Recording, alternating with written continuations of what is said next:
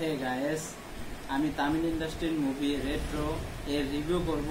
So চলো guys, ভিডিওটা শুরু করা যাক। সো গায়েস, আমি যদি এই রেট্রো মুভির এক লাইনে রিভিউ করি তো এটা আমার কাছে একটা ডিসেন্ট মুভি হয়েছে।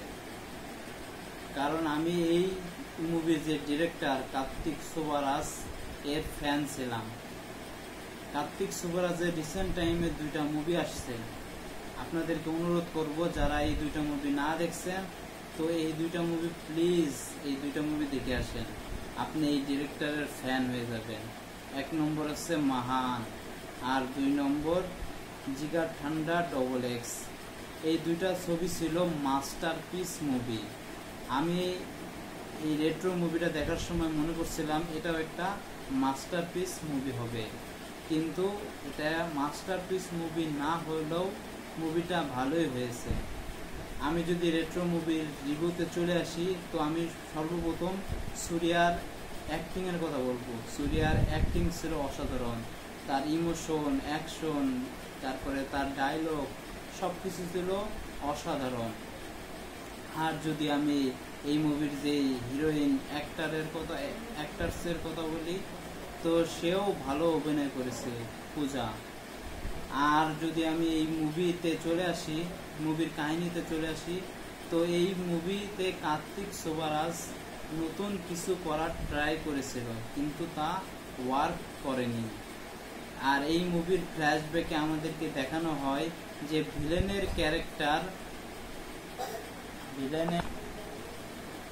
কোনো পুত্র সন্তানকে জীবিত রাখতে দেবে না, কিন্তু এখানে সূর্যার ক্যারেক্টারকে সূর্যার পিতামাতা এরকম বাঁচিয়ে অন্য জায়গায় পাঠিয়ে দেয়।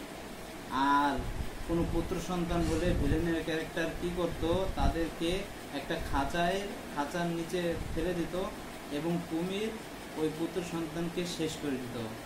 এরকম ঘটনা ফেরাউন আমাদের নবী মুসা আলাইহিস সালামের ক্ষেত্রে করেছিল।